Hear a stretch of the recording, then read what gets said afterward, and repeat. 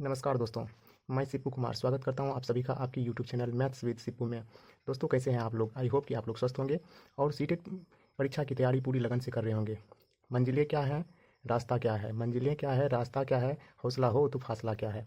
इसी जुनून के साथ एक बार फिर मैं उपस्थित हूँ रामबाण पीवाई की सीरीज की ये दूसरी क्लास लेकर। आज की इस वीडियो में मैथ्स पेपर 2 29 जनवरी 2012 में पूछे गए प्रश्नों को कॉन्सेप्ट के साथ आसान तरीका से हल करने के लिए सीखेंगे। आप लोगों से एक रिक्वेस्ट है कि वीडियो को पूरा देखिएगा, क्योंकि इस वीडियो में जो प्रश्न मैं कवर करने वाला हूँ वो सभी एग्जाम पॉइंट ऑफ व्यू से इंपॉर्टेंट है। तो चलिए श्री गणेश करते हैं। पहला प्रश्न है, यदि एक्स वाई इक्वल टू 6 और x square y plus x y square plus y equal to 63 हो तो x square plus y square का मान है।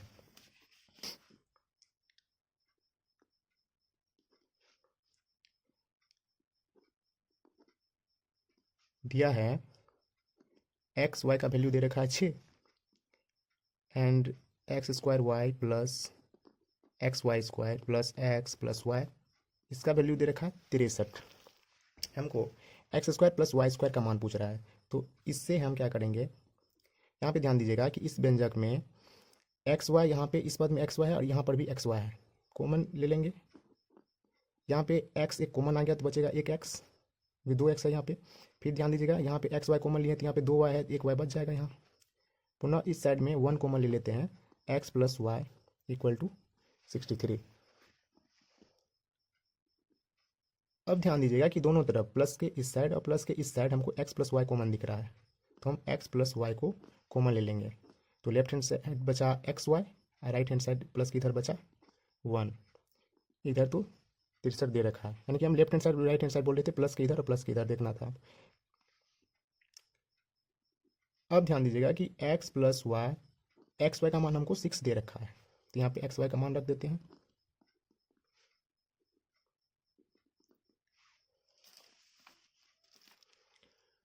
एक्स प्लस वाई इंटू में आ जाएगा ये 7 equal to 63। X plus y equal to हो जाएगा 7, इधर मल्टीप्लाई में इधर आएगा तो क्या आ जाएगा डिवाइड में। 7 से ये 9 बार में कट जाएगा, यानी कि एक्स प्लस वाई का मान हमको निकल गया 9। हमको निकालना है x square plus y square का मान, तो therefore x square plus y square equal to, हम यहाँ पे ध्यान दीजिएगा कि a square plus b square का फार्मूला होता है a plus b whole square minus 2ab, या दूसरा फार्मूला यूज़ कर सकते हैं a minus b whole square plus में 2ab। ये फार्मूला यहाँ पे हमको यूज़ करना है। कौन वाला यूज़ करना है? तो ध्यान दीजिएगा एक्स प्लस वाई का मान हमको आया है, यानी कि हम ये वाला फार्मूला यूज़ करेंगे, क्योंकि हमें एक्स प्लस वाई का मान पता है। तो x square plus y square को हम क्या लिख सकते हैं, x plus y whole square minus 2xy। X plus y का मान निकला है 9 माइनस 2, एक्स वाई का मान दे रखा है 6, तो ये हो जाएगा 81 माइनस 12।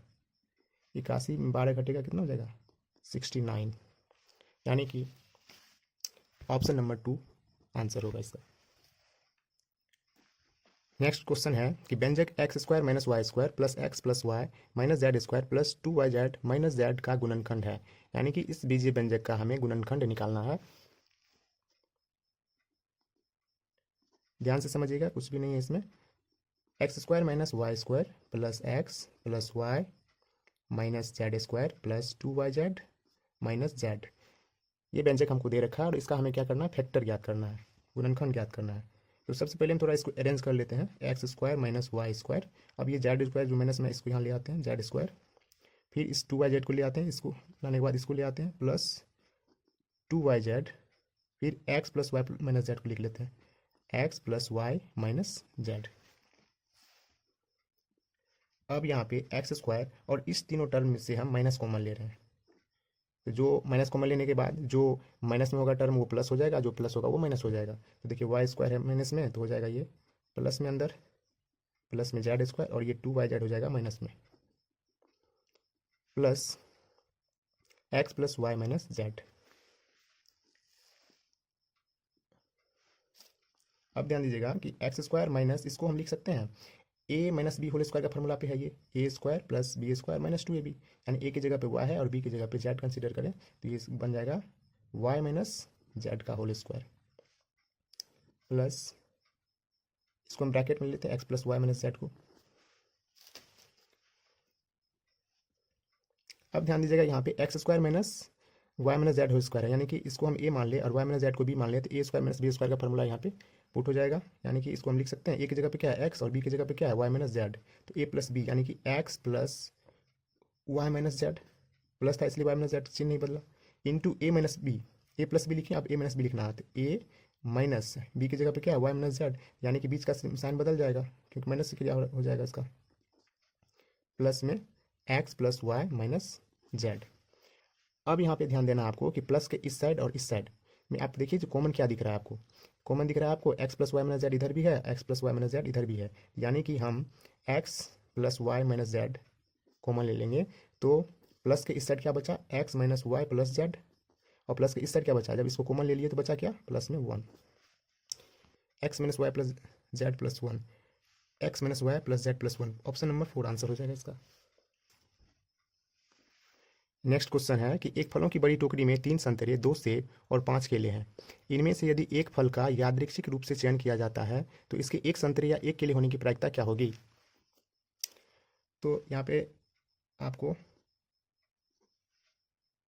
ध्यान देना है कि फलों की टोकरी में 3 संतरे हैं, 2 सेब है और 5 केले हैं, यानी कि यहाँ पे लिख लेते हैं टोकरी में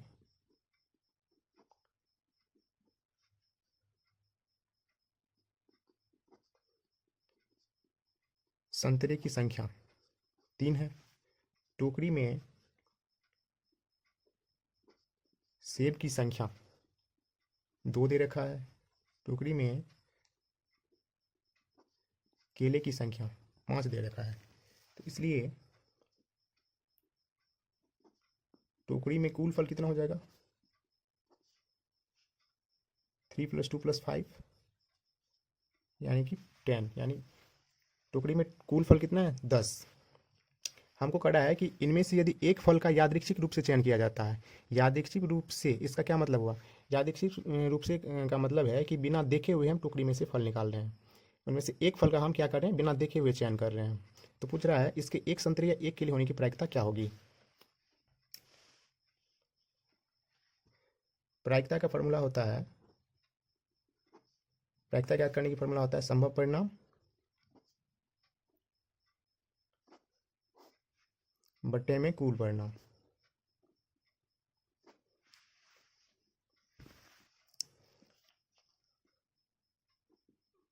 तो हम ई मान लेते हैं कि एक केले, एक संतरे या एक केले होने की घटना है, ई को मान लेते हैं कि एक केले या एक संतरे होने की घटना है, तो एक केले या एक संतरे को की घटित होने की प्रायिकता इक्वल टू संभव परिणाम। सबसे पहले देखिए कि कितना करा है, एक संतरे या एक केले, तो संतरे की संख्या है 3, 3 में से हम बिना देखे हुए एक की चयन कर रहे हैं, यानी कि तीनों के आने की संभावना है, कोई भी एक आएगा तो हम कहेंगे कि संतरा ही आया है, यानी कि तीनों के आने की संभावना है, तो संभव परिणाम हो गया 3 और कुल परिणाम कितना है 10। या एक केले, या का मतलब प्लस से है यहाँ, या एक केले होने की प्रायिकता क्या होगी, एक केले, केले की संख्या कितना है 5, यदि हम उसमें से बिना देखे हुए चयन कर रहे हैं तो पाँचों के आने की संभावना है, पाँचों में से कोई एक आएगा तो हम कहेंगे केला आया है, तो यानी कि संभव परिणाम यहाँ पे कितना है 5 और कुल परिणाम क्या हो जाएगा 10, तो इसको हम लिख सकते हैं एलसीएम हो जाएगा 10, 3 + 5 बराबर 8/10, 2 से कट रहा है, 2 चौके 8, 2 पंचे 10, यानी 4/5 हो जाएगा। एक संतरे या एक केले होने की प्रायिकता कितना हो जाएगा 4/5, ऑप्शन नंबर 3 आंसर हो जाएगा। देखिए इस प्रश्न को कॉम्बिनेशन के फॉर्मूला से भी बना सकते हैं, ध्यान दीजिएगा।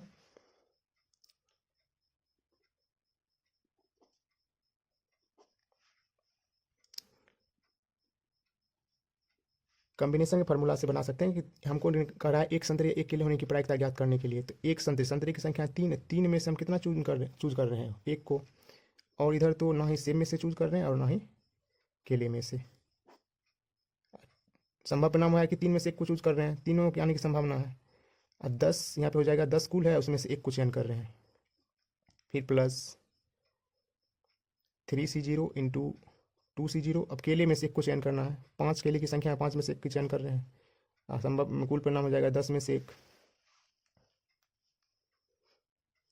3C1 का वैल्यू होगा 3, 2C1 का वैल्यू होगा 1 और 5C0 का वैल्यू होगा 1 बट 10C1 का वैल्यू हो जाएगा 10।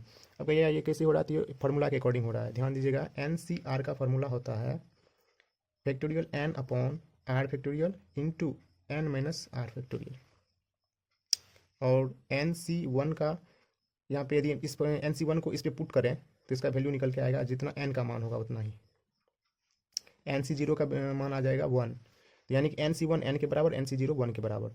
एन सी वन है तो n के बराबर लिख दिए, एन सी जीरो है तो इसका मान डायरेक्ट 1 लिख दिए हैं, plus n C zero 1 plus n C zero 1 into n C one, तो n हो जाएगा, n का मान कितना है 5, 10 सी वन 10, 3/10 प्लस 5/10, 10 एलसीएम हो जाएगा, 3 + 5 = 8/10, 200 का 2 पंचे 4/5 हो गया answer. Next question, question number 4 है, यदि मैंने संख्या 11 से 199 लिखी हो तो मैंने कितनी बार 2 लिखा है। यदि हम 11 से 199 बार 199 तक लिखते हैं तो उसमें 2 कितनी बार आएगा, ये यहाँ पे पूछ रहा है। बहुत ही आसान क्वेश्चन है।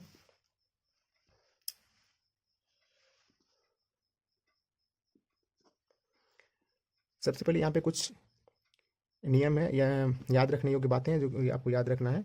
1 से 100 तक में 20 बार आता है, 2 3 4 5 6 7 8 और 9, यानी कि ये सभी डिजिट जो है 1 से 100 तक में 20 बार आता है। 1 से 100 तक में 21 बार आता है कौन, 1, यानी कि यदि हम 1 से 100 तक लिखते हैं तो 1 उसमें 21 बार आएगा। 1 से हम 100 तक लिखते हैं तो 11 बार आएगा 0। हमको पूछ रहा है 11 से 199 यदि हम लिख रहे हैं, 11 से कहाँ तक, 199 तक, तो 2 कितनी बार आएगा। तो 1 से हम जान गए कि 1 से 100 तक में 2 कितनी बार आता है, 20 बार। फिर 100 से 199 तक में कितनी बार आएगा, फिर 20 बार आएगा, तो टोटल हो गया 40। ये हो गया 1 से 199 तक, लेकिन हमसे पूछ रहा है 11 से 199 तक, तो इसलिए हमको क्या करना पड़ेगा, 1 से 11 तक में 2 कितनी बार आता है वो इसको इसमें से माइनस करना पड़ जाएगा। तो 1 से 11 में 2 कितनी बार आता है, 1 बार, इसको माइनस कर दीजिए, यानी कि 39 बार आएगा। 11 से 199 तक लिखने में 2 जो है 39 बार आएगा। ऑप्शन नंबर 2 आंसर होगा इसका।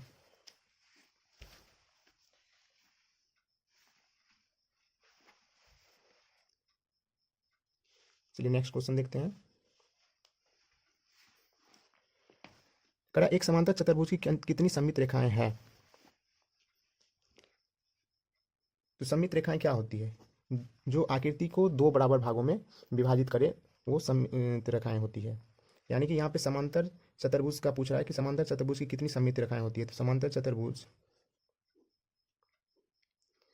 ये जैसे मान लीजिए समांतर चतुर्भुज है, ये इसमें हम सममित रेखाएं खींचते हैं, मान लीजिए इस तरह से खींचे तो ये बराबर भागों में आकृति को विभाजित नहीं कर रही है। यदि हम इस तरह से भी खींचें तो भी ये बराबर भागों में विभाजित नहीं कर रही है, ये एक दूसरे को सुपर इम्पोज नहीं करेगा। तो इसमें समांतर चतुर्भुज में एक भी सममित रेखाएं नहीं होती है। ऑप्शन नंबर 4 हो जाएगा। जैसे वर्ग होता है तो वर्ग में कितनी सममित रेखाएं होती है, वर्ग में 4 सममित रेखाएं होती है, 1 2 और 2 हो जाएगा डायगोनल से होकर के जाने वाला। तो वर्ग में कितना होता है, 4। आयत में आमने सामने की भुजा बराबर होती है, तो इसमें जो होगा भुजा को विभाजित करने वाली होगी, यानी कि एक इधर से हो जाएगा और एक इधर से। आयत में 2 सममित रेखाएं होती है। समचतुर्भुज की बात करें तो समचतुर्भुज ध्यान दीजिएगा,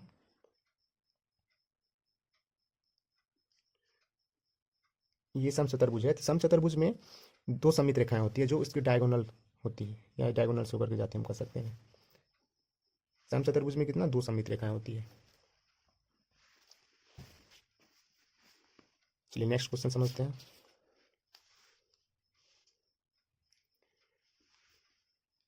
क्वेश्चन नंबर 6 है कि संकेतन ट्राइंगल के अंडर ए है, चाहे वह कितनी भी आकार का हो, का मतलब a+4 तथा संकेतन चतुर्भुज के अंदर b का चाहे वह किसी भी आकार का हो का मतलब b² है, जहां a और b संख्याएं हैं तो इतना का मान हमसे पूछ रहा है।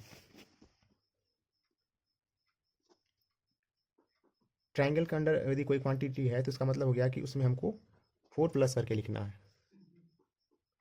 चतुर्भुज के अंदर यदि कोई क्वांटिटी हो तो इसका मतलब हो गया कि उस क्वांटिटी का हमें स्क्वायर करना है। ऐसा क्वेश्चन कर रहा है, और यहाँ a और b क्या है, संख्या है, नंबर है, तो हमको मान किसका निकालना है,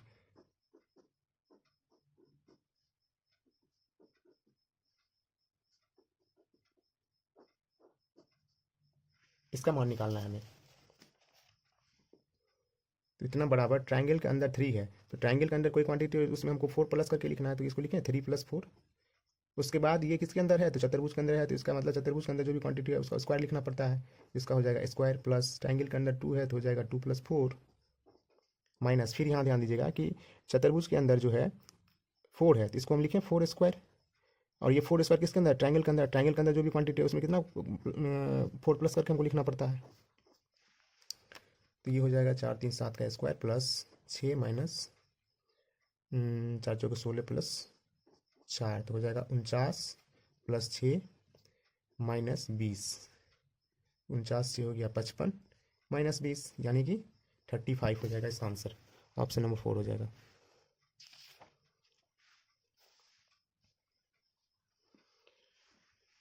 नेक्स्ट क्वेश्चन है प्रेक्षण 6 6 9 14 8 9 9 8 के मध्यांक बहुलक तथा परिसर का माध्य है।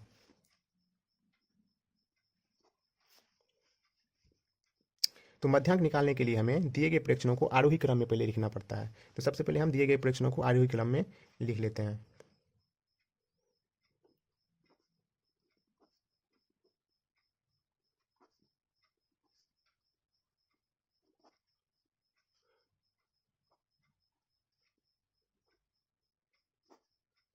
दिए गए प्रेक्षणों को आरोही क्रम में लिखने पे तो 6 सबसे छोटा है, 2 बार 6 है, 8 भी 2 बार है, 9 3 बार है और सबसे बड़ा है 14। यानी यहाँ पे प्रेक्षणों की संख्या कितना, 1 2 3 4 5 6 7 8। हमको निकालना है इसका मध्यांक। प्रेक्षकों की संख्या 8 है तो 3 इधर से छोड़ दीजिए और 3 इधर से छोड़ दीजिए। मध्यांक बराबर हो जाएगा जो मिडिल में आया 8 + 9 इस बट्टे में 2 हो जाएगा 9 8 17/2 यानी कि 8.5 मध्यांक निकल गया। मध्यांक का मतलब उसको माध्यिका भी कर सकते हैं। इसका निकालने का फॉर्मूला भी होता है, फॉर्मूला से भी आप इसको निकाल सकते हैं, लेकिन सबसे आसान तरीका यही है कि आप दोनों तरफ से समान पद को छांट दीजिए और जो बच रहा है, यदि विषम होता है तो एक ही बचता, तो वही होता माध्यिका या मध्यांक। यदि सम है तो यहाँ पे 2 पद बच रहा है तो दोनों को जोड़ करके 2 से भाग कर देना है। इसके बाद हमें निकालना है बहुलक। बहुलक होता है जो सबसे ज़्यादा बार आया है, तो सबसे ज़्यादा बार यहाँ कौन आया है, 9 जो है 3 बार आया है तो 9 हो जाएगा बहुलक। ध्यान रखिएगा बहुलक जो सबसे ज़्यादा बार आया हुआ है वो उसका बहुलक हो जाता है।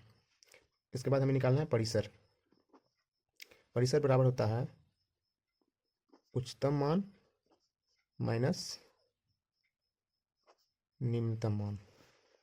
उच्चतम मान दे रखा है सबसे ज़्यादा है 14, उसके बाद सबसे कम है 6, परिसर हो गया 8। अब हमें सभी का माध्य निकालना है, यानी कि मध्यांक, बहुलक और परिसर का माध्य निकालना है। इसलिए माध्य बराबर हो जाएगा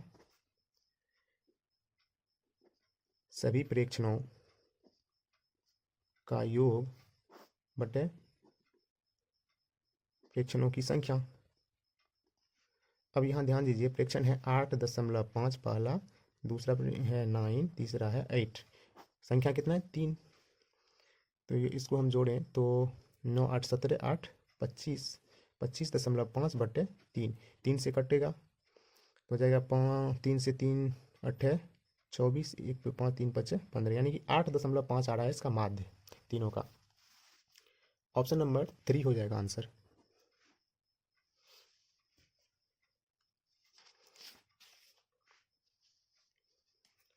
नेक्स्ट क्वेश्चन है 4 - 2 - 9 की पावर 0 + 3 स्क्वायर डिवाइड 1 + 3 किसके बराबर है। इसको हमें सिंप्लीफाई करना है, बहुत सिंपल है। यहाँ पे बोर्डमस रूल को भी ध्यान में रखना है। इसको सिंप्लीफाई करने में हमको बोर्डमस रूल को ध्यान में रख करके इसको सिंप्लीफाई करना पड़ेगा। दिया है 4 - 2 - 9 की पावर 0 + 3 स्क्वायर डिवाइड 1 + 3। तो सबसे पहले हमें सर्कुलर ब्रैकेट की क्रिया करना है। 4 - 2 - 9 कितना हो जाएगा, -7 की पावर 0 + 3 स्क्वायर डिवाइड 1 + 3। तो इसका -7 की पावर 0 को हम 1 लिखेंगे। किसी भी क्वांटिटी की पावर यदि 0 हो तो उसका मान 1 होता है, ध्यान रखिएगा। पावर यदि 0 हो तो मान उसका 1 हो जाएगा। तो 4 - 1 हो जाएगा ये, + 3 स्क्वायर को 9 लिख लें डिवाइड 1 + 3। अब भागा की क्रिया कर लेते हैं। 4 - 1 + 9 + 3, प्लस वाला क्वांटिटी देखिए 9 3 और 4, 9 3 12 4 16 - 1 नहीं 15 हो जाएगा इसका answer. Option number 1। Next question है √100 450 बटे रूट अंडर 338 भागा रूट अंडर 125 बटे रूट अंडर 245 का मान है। रूट अंडर 450 बटे रूट अंडर 338 भागा रूट अंडर 125 भागा रूट अंडर 245। तो यहाँ रूट अंडर 450 को हम लिख सकते हैं, इसका फैक्टर कीजिए कितना होता है 450 का यदि हम फैक्टर करें 2 से लग जाएगा 225,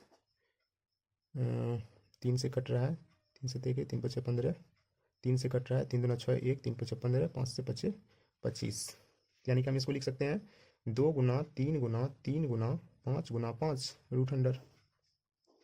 फिर नीचे 338 का यदि हम करें 2 से कट रहा है 16 दूना 32, 1 9 13, यानी कि इसको हम लिख सकते हैं 2 गुना 13 रूट अंडर में भागा 125 को लिख सकते हैं रूट अंडर 5 गुना 5 गुना 5 बटे 245, इसका भी फैक्टर कर लीजिए। 5 से कट रहा है 5 चौके 20 पन्ना 45, यानी कि इसका हो जाएगा 5 गुना 7 गुना 7। तो यहाँ पे स्क्वायर रूट निकालना है, इसमें 2 को 1 निकालते हैं, 2 का 1 निकलेगा तो 3, यहाँ 2 बार है 5 2 बार है तो बाहर हो जाएगा 3 पचे 15 रूट 2 ये हो जाएगा, ये हो जाएगा 13 रूट 2 भागा ये हो जाएगा 5 रूट 5 बटे ये हो जाएगा 7 रूट 5। तो रूट 5 से रूट 5 कैंसिल, रूट 2 से रूट 2 कैंसिल हो गया। 15 बटे 13 गुना करेंगे तो ये उलट जाएगा 7 बटे 5, 5 से कट गया 3 बार में, यानी कि 7 या 21 बटे 13 आंसर हो जाएगा। 21 बटे 13 कहाँ है, ऑप्शन नंबर 4 आंसर हो जाएगा। चलिए नेक्स्ट क्वेश्चन देखते हैं।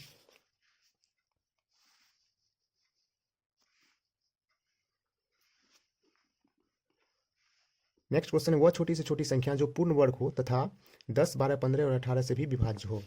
देखिए वह छोटी से छोटी संख्या हमें ज्ञात करना है जो पूर्ण वर्ग हो, पूर्ण वर्ग संख्या यानी कि जिसका हमें वर्गमूल प्राप्त हो सके, तथा जो क्या हो 10 12 15 और 18 से विभाज्य भी हो। तो सबसे पहले हम आपको एलसीएम की डेफिनेशन बताना चाहते हैं कि एलसीएम क्या होता है। एलसीएम होता है वह छोटी से छोटी संख्या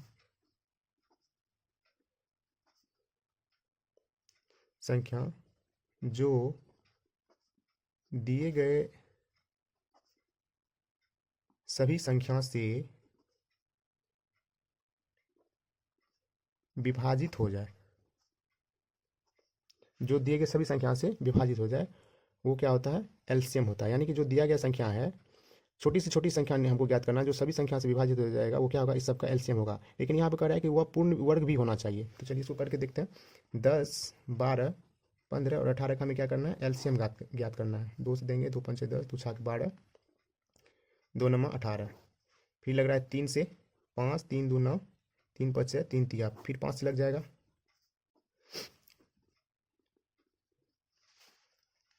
तो इसका फैक्टर आ गया 2 गुना 3 गुना 5 गुना 2 गुना 3। तो गुना करें तो 3 दूना 6 पंचे 30, दूना 60 दिया 180। अब ध्यान दीजिएगा कि ये 80 क्या है, वह छोटी से छोटी संख्या है जो सभी संख्या से विभाजित हो रही है। सभी संख्या यानी कि 10 12 15 18 सभी से विभाजित होगी, लेकिन ये पूर्ण वर्ग संख्या नहीं है। हमको कह रहा है कि वह छोटी से छोटी संख्या जो पूर्ण वर्ग हुआ तथा इतना से विभाजित भी हो। तो विभाजित तो हो रही है 10 12 15 18 से, लेकिन ये पूर्ण वर्ग संख्या नहीं है। तो अब देखिए पूर्ण वर्ग संख्या हम कैसे छोटी छोटी संख्या ज्ञात करेंगे, जो सभी संख्या से विभाजित हो जाएगा। तो यहाँ ध्यान दीजिएगा, 2 बार है, वर्गमूल जब हम निकालते हैं तो 2 ठो का 1 ठो लेते हैं। 3 भी 2 बार है, लेकिन 5 1 बार है, तो यानी कि 5 एक और होना चाहिए था गुणनफल। तो यहाँ हम 5 से गुना कर दें तो ये पूर्ण वर्ग हो जाएगा। कितना हो जाएगा, 18 पंचे 90 900। अब ये 900 क्या है कि पूर्ण वर्ग संख्या भी है और इस सभी से विभाजित होने वाला भी है। और एक नियम और आप ध्यान रखिएगा कि एलसीएम का मल्टीपुल भी एलसीएम ही होता है। ये 900 भी क्या है, एलसीएम ही है इस सब का, यानी कि 900 पूर्ण वर्ग संख्या भी है और 10 12 15 और 18 से विभाजित भी होगी। तो आंसर हो जाएगा 900, ऑप्शन नंबर 2। नेक्स्ट क्वेश्चन है, आकृति में त्रिभुजों ट्रायंगल पी क्यू आर और ट्रायंगल टी क्यू आर में पी क्यू बराबर टी आर और पी आर बराबर टी क्यू है, निम्न में से कौन सा कथन सही है। ट्रायंगल पी क्यू आर जो है किस ट्रायंगल के कंग्रुएंट है, वो ये हमसे पूछ रहा है। तो ध्यान दीजिएगा, यहाँ पे कह रहा है triangle P Q are, triangle P Q R, ये ट्रायंगल जिसको हम रेड से ओवर राइटिंग कर रहे हैं उसको ध्यान से देखिएगा। ये ट्रायंगल पी क्यू आर और triangle T Q R, T Q R, ये triangle,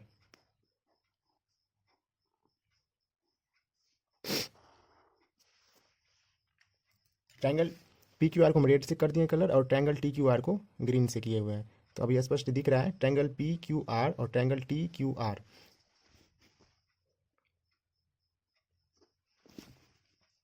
triangle P Q are तथा ट्रायंगल टी क्यू आर में दे रखा है पी क्यू बराबर टी आर, पी आर बराबर टी क्यू।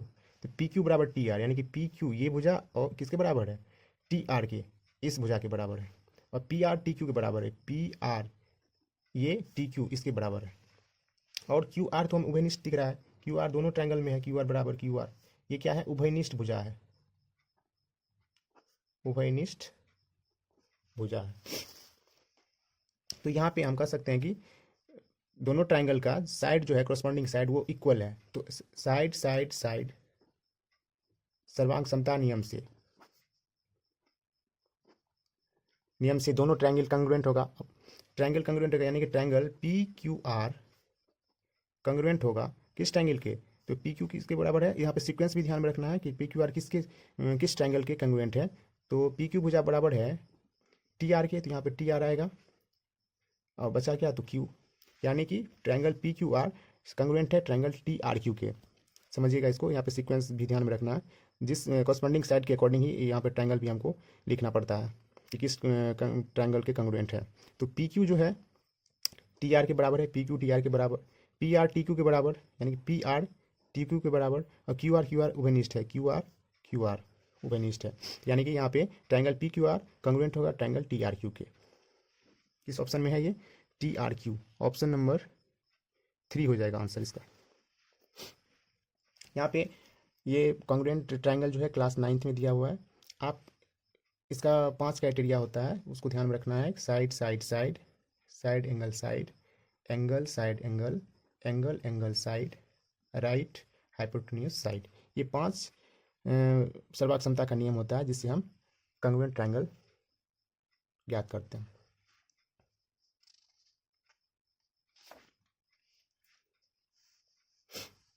नेक्स्ट क्वेश्चन है कि आकृति में एबीसी एक समद्विबाहु त्रिभुज है जिसमें सी ए बराबर सी बी तथा बीसी को एक बिंदु डी तक बढ़ाया गया है। यदि सीई लंब बीसी पर है तो इस प्रकार है कि एंगल डी बराबर एंगल ई बटे 2 बराबर एंगल ए बटे 2। तो एंगल ए सी डी का माप है, देखिए फिगर में, इसको फिगर को थोड़ा सा एनालिसिस करते हैं। ए बी सी एक समद्विबाहु त्रिभुज है जिसमें सी ए बराबर सी बी है, ए बी सी एक समद्विबाहु त्रिभुज है जिसमें सी ए जो है सी बी के बराबर है, यानी कि ये भुजा और ये भुजा बराबर दे रखा है, तथा बी सी को एक बिंदु डी तक बढ़ाया गया, इस भुजा बी सी को डी तक बढ़ाया गया है। यदि सी ई जो है लंब है बी सी पर, ये लंब है, यानी कि ये कोण कितना का हो जाएगा, 90 डिग्री का हो जाएगा। इस प्रकार है कि एंगल डी जो है एंगल ई के आधा है, एंगल डी क्या है, एंगल ई का आधा है, और एंगल ए का भी आधा है। हमको पूछ रहा है एंगल ए सी डी का माप है, यानी कि एंगल ए सी डी इस एंगल का माप हमको पूछ रहा है।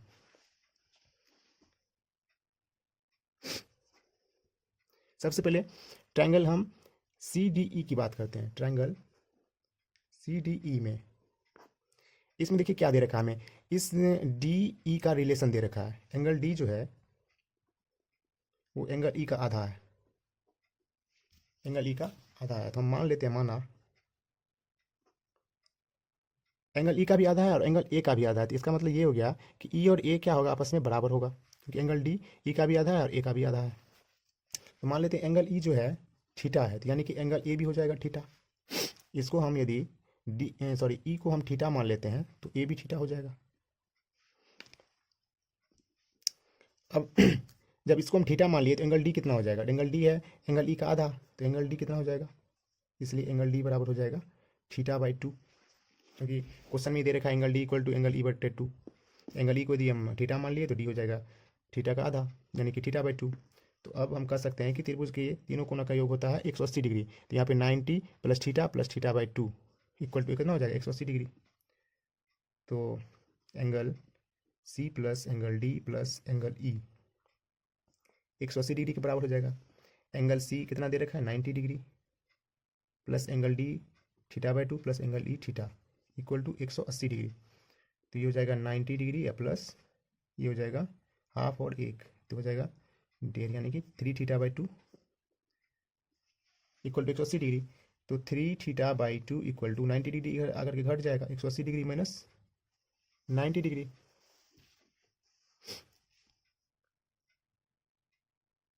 This implies 3θ/2 equal to 90 degree. By cross multiplication कर देंगे तो 3θ इक्वल टू कितना हो जाएगा 180 डिग्री।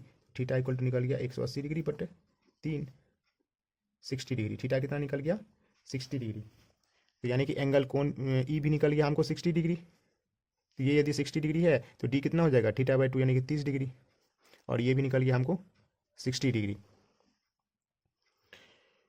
अब हमको निकालना है एंगल ए सी डी। तो एंगल ए सी डी निकालने से पहले हमको ये एंगल निकालना पड़ेगा। तो अब triangle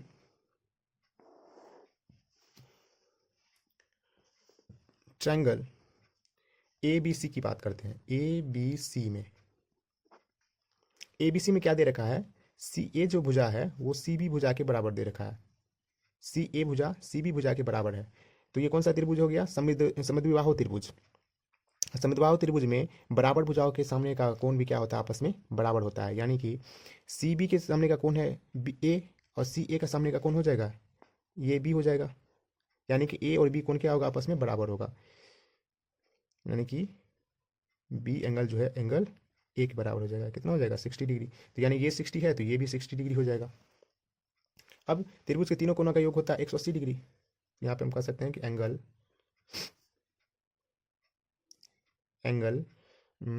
B A C plus angle A B C plus angle A C B बराबर 180 डिग्री। तो बी ए सी ये कितना है 60 डिग्री है, ये ए बी सी है 60 डिग्री, और हमको ए सी बी ये वाला कोण निकल जाएगा। ए सी बी बराबर 180 डिग्री। तो 120 degree plus angle A C B equal to 180 degree. तो एंगल ए सी बी बराबर हो जाएगा 180 डिग्री माइनस 120 डिग्री, यानी कि ये निकल गया 60 डिग्री। वैसे भी जब दो कोण 60 डिग्री है, ये भी 60 है ये भी 60 है, तो ये भी 60 होगा। वैसे निकाल लिया यहाँ पे। अब हमको निकालना है ये कोण ए सी डी, ये वाला कोण। ध्यान दीजिएगा, हमको ए सी डी ये वाला कोण निकालना है। तो ये क्या है, एक स्ट्रेट एंगल है, यहाँ से यहाँ तक क्या एक स्ट्रेट एंगल है। इसका मान कितना होगा 180 डिग्री। 180 में यदि ये 60 है तो ये कितना हो जाएगा 120 डिग्री। हम लिख सकते हैं कि angle A C B plus angle A C D दोनों का योग कितना होगा 180 डिग्री। बीजू कोण है, स्ट्रेट एंगल है। तो ए सी बी का मान निकला है 60 degree plus angle A C D बराबर 180 डिग्री। तो एंगल ए सी डी बराबर हो जाएगा 180 डिग्री माइनस 60 डिग्री, यानी कि 120 डिग्री। ये कोण निकल गया मेरा 120 डिग्री। ऑप्शन नंबर 4 आंसर हो जाएगा सर। नेक्स्ट क्वेश्चन नंबर 13 है। दो धनात्मक संख्याएं x और y व्युत्क्रमानुपाती हैं, तो यदि x में 10% की वृद्धि होती है तो y में कमी होगी। क्वेश्चन कर रहा है कि x और y क्या है, व्युत्क्रमानुपाती है। x जो है व्युत्क्रमानुपाती है y के, यानी कि x y के व्युत्क्रम के समानुपाती है। तो इसका कहने का मतलब ये हुआ कि ये इन्वर्सिबल प्रोपोर्शनल है, तो x यदि इंक्रीज करेगा तो y क्या करेगा, डिक्रीज करेगा। यदि x डिक्रीज करेगा तो y इंक्रीज करेगा। यानी कहने का मतलब ये है कि x यदि बढ़ेगा तो y घटेगा, x घटेगा तो y बढ़ेगा, क्योंकि इन्वर्सिबल प्रोपोर्शनल है दोनों। तो यहाँ कर x में 10% की वृद्धि हो रहा है, तो 10% का फ्रैक्शन वैल्यू होता है 1/10। आपको बताए हुए हैं कि यदि परसेंटेज को प्रतिशत को भिन्न में बदलना हो तो 100 से क्या करते हैं, भागा करते हैं। तो फ्रैक्शन वैल्यू कितना होगा, 10% का फ्रैक्शन वैल्यू भिन्नमान 1/10। तो कहने का मतलब ये है कि इसमें वृद्धि हो रहा है, तो 10 पे 1 की वृद्धि कितना हो जाएगा 11/10। यानी जब 10% पहले वो कितना था 10, उसमें वृद्धि कितना का हो रहा है 1 का, तो 11/10 हो जाएगा। पहले वो 10 था, जब 10% की वृद्धि हुआ तो वो कितना हो गया 11। तो x का मान 11 10 पहले कितना था, सॉरी उल्टा लिख दिए, पहले था 10 अब कितना हो गया 11।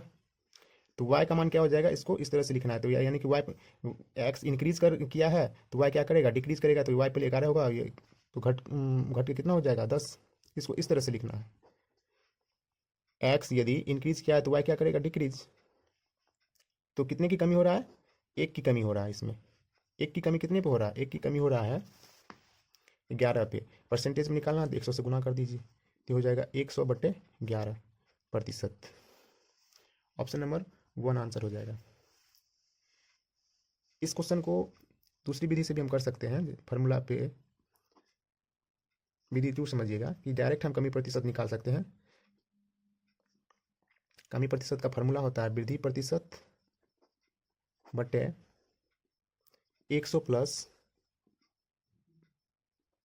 वृद्धि प्रतिशत गुना में 100। तो वृद्धि प्रतिशत कितना दे रखा है 10, 100 प्लस 10 गुना 100 हो जाएगा 10 बटे 110 गुना 100। शून्य से शून्य कट गया तो ये कितना आ गया 100 बटे 11%। नेक्स्ट क्वेश्चन देखते हैं। एक बेलनाकार जार के व्यास में 25% की वृद्धि की गई है। इस जार की ऊंचाई कितने प्रतिशत कम की जाए ताकि इसके आयतन में कोई बदलाव ना हो। बेलनाकार जार में जार के व्यास में 25% की वृद्धि की गई है। तो यदि व्यास में 25% की वृद्धि की गई है तो इसका मतलब रेडियस में भी होगा। और ध्यान रखना है आपको कि बेलनाकार बेलन का जो होता है रेडियस वो भी क्या होता है व्युत्क्रमानुपाती होता है हाइट के। रेडियस और हाइट क्या होता है एक दूसरे के व्युत्क्रमानुपाती होता है, यानी कि व्युत्क्रम के समानुपात होता है। तो आर यदि करने का मतलब हो गया कि आर क्या होगा बढ़ेगा तो एच क्या होगा घटेगा। आर यदि घटेगा तो एच क्या होगा बढ़ेगा। तो यहाँ कह रहा है कि व्यास में 25% की वृद्धि, तो व्यास में 25% की वृद्धि यानी कि रेडियस में भी 25% की वृद्धि हो रहा है। तो 25% का हमें भिन्न मान निकालना है। 25% का भिन्न मान हो जाएगा 1/4। 4 पे 1 की वृद्धि तो कितना हो जाएगा 5/4। यानी पहले वो रेडियस कितना था 4 और जब 25% की वृद्धि किया तो कितना हो गया 5। तो हमको ध्यान रखना ये भी आयतन का फॉर्मूला आता है पाई आर स्क्वायर एच। तो यहाँ पे आर हमें क्या करना है स्क्वायर करना है। तो कितना हो जाएगा 5/4 का हम स्क्वायर यदि कर दें तो ये हो जाएगा 25/16। तो आर पहले था 16 वृद्धि होने पे कितना हो गया 25। तो एच क्या होगा एच पहले 25 होगा और घट के कितना हो गया 16। अभी बताएं किस तरह से लिखना होता है। तो कितने की कमी हो रहा है 9 की कमी हो रहा है। 9 की कमी किस पे हो रहा है तो 25 पे। परसेंटेज में निकालना है 100 से गुना कर दीजिए। 2500 के 6 9 चौके 36%, यानी कि उसके ऊंचाई में 36% की क्या हो रहा है कमी हो रहा है। ऑप्शन नंबर 1 आंसर हो जाएगा इसका। नेक्स्ट क्वेश्चन क्वेश्चन नंबर 15 है। यदि ए बराबर 3/4 भागा 5/6, बी बराबर 3 भागा बॉक्स ब्रैकेट के अंडर सर्कुलर ब्रैकेट 4 भागा 5 भागा 6 है, सी बराबर बॉक्स ब्रैकेट 3 भागा सर्कुलर ब्रैकेट 4 भागा 5 सर्कुलर ब्रैकेट बंद बॉक्स ब्रैकेट बंद भागा 6, डी बराबर 3 भागा 4 सर्कुलर ब्रैकेट के अंडर 5 भागा 6। ये थोड़ा सा कैलकुलेटिव है और कुछ है ही नहीं, इसमें बोर्डमस रूल को भी ध्यान में रखना है। इसको सोल्व करते हैं और देखते हैं कि इसमें से कौन सा कथन सत्य है। ए बराबर दे रखा है 3/4 भागा 5/6। तो हम इसको लिखें 3/4, इसको गुना करेंगे तो ये उलट जाएगा 6/5 हो जाएगा। 2 से कटा है 2 दूना 2 तिया, तो 9/10 आ रहा है ए का वैल्यू। बी का वैल्यू निकालते हैं 3 भागा बॉक्स ब्रैकेट भागा 6 है। तो सबसे पहले सर्कुलर ब्रैकेट की क्रिया करेंगे इसमें। इसको लिखें 3 भागा बॉक्स ब्रैकेट के अंदर 4/5 भागा 6। अब हमें बॉक्स ब्रैकेट की क्रिया करना है 3 भागा बॉक्स ब्रैकेट की क्रिया करेंगे क्या हो जाएगा 4/5 और गुना में इसको लिखें 1/6। ये ब्रैकेट में है तो ये हो जाएगा 2 दूना 2 तिया, यानी इसको लिखेंगे 3 भागा 2/15 5 तिया 15। इसको लिखे 3 गुना 15/2 हो जाएगा 45/2। सी दे रखा है 3 भागा 4 भागा 5 भागा 6। सबसे पहले सर्कुलर ब्रैकेट क्रिया करेंगे 3 भागा ये हो जाएगा 4/5 भागा 6। अब बॉक्स ब्रैकेट के अंदर क्रिया करेंगे तो हो जाएगा 3 गुना 5/4 भागा 6। तो ये 5 से 15 हो जाएगा 4 भागा 6, तो हो जाएगा 15/4 गुना इसको लिख लें 1/6, 3 दूनो 3 5, यानी कि ये आ रहा है 5/8। लास्ट डी बराबर दे रखा है 3 भागा 4 5 भागा 6। यानी इसका करेंगे, सबसे पहले सर्कुलर ब्रैकेट ही करें तो 3/4 और ये है अंदर हो जाएगा 5/6। अब क्या होगा, इससे गुना होगा तो इसको लिखेंगे 3/5 तो यानी कि 3 × 6/20। 2 से कट रहा है, 2 दही 2 तिया, यानी 3 तिया 9/10। तो अब देख रहे हैं कि ए का जो वैल्यू निकला है 9/10, वही वैल्यू डी का भी निकला है 9/10, यानी कि ए बराबर डी है। तो ऑप्शन नंबर 1 आंसर हो जाएगा। चलिए नेक्स्ट क्वेश्चन देखते हैं। नेक्स्ट क्वेश्चन है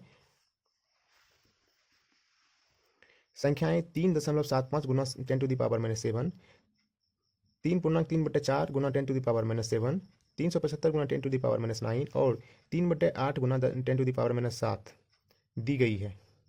इनमें कौन सी संख्या 0.000000375 के बराबर नहीं है।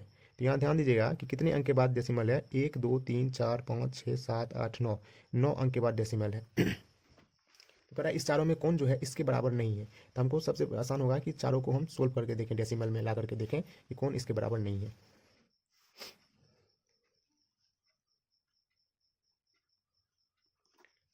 पहला है 3.75 गुना 10⁻⁻7। तो यहाँ पे एक चीज़ ध्यान में रखना है कि ये पावर जो है शून्य को रिप्रेजेंट करता है, यानी कि 10⁻7 का मतलब हुआ कि 1/7 शून्य, और यहाँ पे है 10⁻⁻7, 10⁻⁻7। तो इसको हम लिख सकते हैं 1/10⁻7, यानी कि ये कितना हो जाएगा 1/1/7 शून्य, 1 2 3 4 5 6 7। इसको हम कितना लिख सकते हैं 0.0000001, यानी कि 7 अंक के बाद डेसिमल, माइनस का क्या आ गया 7 अंक के बाद डेसिमल। तो इसको हम लिख सकते हैं 3.75 गुना 0.0000001, यानी कि 7 अंक के बाद डेसिमल लगा दी है, माइनस में था पावर। तो ये कितना हो जाएगा, गुणनफल है, गुना करना है दोनों का। तो यहाँ पे 7 अंक के बाद डेसिमल है, यहाँ पे 2 अंक के बाद डेसिमल है, तो 9 अंक के बाद डेसिमल हो जाएगा गुना होने पे। 0.000000375 इसका वैल्यू आ गया। अब देखिए ये तो बराबर है इसके, यहाँ पर भी 9 अंक के बाद डेसिमल था, यहाँ पर भी 9 अंक के बाद डेसिमल आ रहा है। दूसरा करके देखते हैं 3.3/4 गुना 10⁻⁻7। पूर्णांक तोड़िए, 4 × 12 3 15/4 गुना 10⁻⁻7। 10⁻⁻7 को यहाँ पर हम निकाल कर दिखाएं, इसको डायरेक्ट इतना लिखेंगे, यानी कि 7 अंक के बाद डेसिमल देना है। ये आ जाएगा 4 × 12 4 7 28 4 5 20 गुना 0.1 2 3 4 5 6 7। अब यहाँ पर भी देखिए 7 अंक के बाद डेसिमल है, 2 अंक के बाद डेसिमल, जब दोनों का गुणनफल आएगा तो उसमें कितने अंक के बाद होगा 9 अंक के बाद होगा। 0.000000375 हो जाएगा, यानी कि ये भी उसी के बराबर आ रहा है। नेक्स्ट दे रखा है 3/8 गुना 10⁻⁻7। तो 3/8 को हम लिख सकते हैं, भाग दीजिए 3 में 8 से, तो कितना हो जाएगा 0.8 × 24, 8 × 7 56, 8 × 5 40 गुना 10⁻⁻7। ठीक है, 0.375 गुना 0.0000001, यानी कि 7 अंक और 3 अंक, 10 अंक के बाद हो जाएगा इसमें 0.1 2 3 4 5 6 7 8 9 10। अब यही बराबर नहीं आया, सब में तो 9 अंक के बाद आया इस दोनों में, लेकिन इसमें 10 अंक के बराबर आ रहा है, 10 अंक के बाद डेसिमल आ रहा है। तो इसका मतलब है कि 3/8 गुना 10⁻⁻7 बराबर नहीं होगा। यहीं से पकड़ में आ गया, 3/8 गुना 10⁻⁻7 यही जो है इस मान के बराबर नहीं है। अगला क्वेश्चन है निम्न में से कौन सी भिन्न सबसे छोटी है। 99/100, 68/69, 24/25, 10/11 में पूछा है कि सबसे छोटी भिन्न कौन सा है। इसको बनाने का सबसे आसान तरीका हम आपको बताएंगे। 99/100, 68/69, 24/25, 10/11। तो यहाँ पे क्या कीजिए, सबसे पहले आप डिफरेंस देखिए, अंश और हर में डिफरेंस कितना का है, 1 का डिफरेंस है, अंश और हर में 1 का डिफरेंस है, यहाँ पर भी अंश और हर में 1 का डिफरेंस है, यहाँ पर भी अंश और हर में 1 का डिफरेंस है। तो 1 का यदि डिफरेंस हो तो अंश में जो सबसे बड़ा दिख रहा है वही सबसे बड़ी भिन्न है, और जो सबसे छोटा दिख रहा है वो सबसे छोटी भिन्न है। तो अंश में सबसे बड़ा दिख रहा है 99, तो ये सबसे बड़ी भिन्न हो जाएगा, सबसे छोटा अंश में दिख रहा है 10, यानी कि ये सबसे छोटी भिन्न हो जाएगा। तो सबसे हमको पूछ रहा था छोटी भिन्न, सबसे छोटी भिन्न, तो सबसे छोटी भिन्न कौन हो जाएगा, 10/11। ऑप्शन नंबर 4 आंसर हो जाएगा। आपको यदि डिफरेंस अलग अलग होता, यानी अंश और हर में डिफरेंस अलग अलग होता, तो हम उस डिफरेंस से न्यूमरेटर में भाग करते, अंश में भाग करते, फिर जो गुणनफल आता उसको देखते हुए हम कंसीडर करते कि कौन बड़ा भिन्न है कौन छोटा भिन्न है। यहाँ पर भी वही बात है कि एक जो डिफरेंस आया, एक से भाग देंगे तो 99 ही होगा, एक से भाग देंगे 68 ही रहेगा, एक से भाग देंगे 24 से रहेगा, एक से 10 में देंगे 10 से रहेगा। तो उससे हमको पता चल जा रहा है कि 10 सबसे छोटी है, तो यानी कि ये सबसे छोटी भिन्न है और ये सबसे बड़ी भिन्न है। चलिए नेक्स्ट क्वेश्चन देखते हैं। नेक्स्ट क्वेश्चन है 14/17, 22/29, 15/23, 29/31 में सबसे बड़ी भिन्न कौन सी है। यहाँ पे सबसे बड़ी भिन्न पूछा है, ध्यान दीजिएगा। अभी जो पता है कॉन्सेप्ट, उसी कॉन्सेप्ट को यहाँ पर भी अप्लाई करना है। 14/17, 22/29, 15/23, 29/31। अब डिफरेंस देखिए, अंश और हर में डिफरेंस कितना का है। यहाँ पे 3 का डिफरेंस है, यहाँ पे 7 का डिफरेंस है, यहाँ पे 8 का डिफरेंस है और यहाँ पे 2 का डिफरेंस है। तो जो डिफरेंस आया उस डिफरेंस को क्या कीजिए, अंश में भाग दीजिए। यहाँ पे भाग देंगे तो होगा 3 चौके 12, 2 पे 0, 3 18, 2 पे 0, 3 18, सॉरी, यानी कि 4.66 आ रहा है यहाँ पे। 7 से 21 22 में देंगे भागा, तो 7 या 21, 1 पे 0 7 का 7, 3 पे 0, 7 चौके 28। फिर 8 से 15 में दीजिए, 8 का 8, 7 पे 0, 8 8 64, 6 पे 0, 8 7 56। फिर 2 से देंगे इसमें तो ये हो जाएगा 14.5। अब इसको देखते हुए पता कर सकते हैं कौन छोटा है कौन बड़ा है। तो इसमें हमसे पूछ रहा है था सबसे बड़ी भिन्न, तो यहाँ पे सबसे बड़ी दिख रहा है हमको 14.5, यानी कि 29/31 सबसे बड़ी भिन्न है। तो सबसे बड़ी भिन्न हो जाएगा 29/31। ऑप्शन नंबर 4 आंसर हो जाएगा। नेक्स्ट क्वेश्चन है, संख्या 3 की पावर 98 को 5 से भाग करने पर शेष रहता है। हमको यहाँ पे शेषफल निकालना है। यदि 3 की पावर 98 को 5 से भाग दें तो शेषफल कितना आएगा। इसका भी नियम होता है, उसको ध्यान में रखना है। हम यदि आपसे पूछें कि बताइए यदि 7 में आप 5 से भाग दीजिएगा तो इसका हमें पॉजिटिव रिमाइंडर और निगेटिव रिमाइंडर, यानी कि धनात्मक शेषफल और ऋणात्मक शेषफल बताइए कितना कितना आएगा। तो इसका जो होगा धनात्मक शेषफल आएगा 2 और ऋणात्मक शेषफल आएगा -3। अब कहिएगा कैसे, तो ध्यान दीजिए यहाँ पे 7 में यदि आप 5 से भाग देते हैं, एक बार में यदि दें तो शेषफल कितना आया 2। यदि 7 में आप 5 से भाग देते हैं, 2 बार में दे देंगे तो 10 होगा, तो यहाँ पे निगेटिव आ रहा है -3। तो ये ध्यान रखना है कि निगेटिव शेषफल हमें प्राप्त नहीं करना है, हमें जब भी प्राप्त करना है तो पॉजिटिव शेषफल ही, हमें आंसर पॉजिटिव शेषफल में ही देना है। यदि निगेटिव आ रहा होगा तो उस निगेटिव शेषफल को हम क्या करेंगे, उसमें से माइनस करके पॉजिटिव निकाल लेंगे, यानी कि -3 को 5 में माइनस करेंगे तो क्या आएगा 2 आएगा। 3 को यदि हम 5 में कर देते हैं माइनस तो कितना आएगा 2। नहीं, इसका मतलब ये हो गया कि निगेटिव -3 क्यों आ रहा है, जब वहाँ पे 2 होगा इसलिए तो आ रहा है। 2/5 होगा, यानी कि 2 में 5 से भागा कर रहे हैं तभी तो हमें निगेटिव आ रहा है, यानी कि शेषफल वहाँ पे कितना हो रहा है 2 ही तो बच रहा है। चलिए इस क्वेश्चन को करते हैं। 3 की पावर 98 में भागा देना है 5 से, तो इसको हम लिख सकते हैं 3 की पावर² और इसको कितना लिखेंगे 49/5, 49×2 98 हो रहा है। अब इसको कितना लिखेंगे 9 की पावर 49/5। अब 9 में यदि 5 से आप भाग दीजिएगा तो निगेटिव रिमाइंडर आएगा, कितना आएगा निगेटिव रिमाइंडर, -1 की पावर आएगा 49/5। अब ये पावर है विषम संख्या तो क्या होगा माइनस में ही रहेगा, -1/5। अब रिमाइंडर तो हमें नहीं आना चाहिए, निगेटिव अभी बताए थे, रिमाइंडर हमें पॉजिटिव में ही फाइंड करना है। तो -1 है तो इसका मतलब क्या होगा 4 होगा, इसलिए तो -1 है। तो शेषफल हमें कितना प्राप्त हो गया, हम लिख सकते हैं इसका मतलब 4 क्या होगा शेषफल। यहाँ 4 होगा इसलिए तो निगेटिव आ रहा है, करने का मतलब ये हो गया कि 4 में आप 5 से भाग दे रहे हैं तभी तो आपको माइनस में आ रहा है रिमाइंडर। 4 में जब भाग नहीं लगेगा इसका मतलब क्या कि ये क्या रिमाइंडर ही है, तो यहाँ पे कितना रिमाइंडर 4 आएगा। ऑप्शन नंबर 2 आंसर हो जाएगा इसका। नेक्स्ट क्वेश्चन आज की क्लास का ये लास्ट क्वेश्चन है। 62 गुना 68 गुना 66 गुना 65/67 का शेषफल क्या होगा। तो अभी बताएं कॉन्सेप्ट, वही कॉन्सेप्ट को यहाँ पर भी यूज़ करना है। 62 गुना 68 गुना 66 गुना 65/67, यदि हम इससे भाग दें 62 में तो यहाँ पे निगेटिव रिमाइंडर आएगा -5। यदि 68 में भाग देंगे तो पॉजिटिव रिमाइंडर आएगा। यदि 66 में भाग देंगे तो निगेटिव रिमाइंडर -1 बचेगा। यदि 65 में भाग देंगे तो 2 भी निगेटिव रिमाइंडर बचेगा, -2 बचेगा। अब ध्यान दीजिएगा कि इसको हम लिख सकते हैं minus minus plus minus minus, यानी कि माइनस में 5×10/67। अभी अभी बताया कि माइनस में आ रहा है तो इसका मतलब क्या होगा, यहाँ 57 होगा इसलिए तो माइनस में आ रहा है, यानी कि 57 बच रहा होगा तब तो इसमें भाग नहीं लग रहा है, 57 में 67 से भाग नहीं लग रहा है, इसका मतलब यही तो शेषफल है।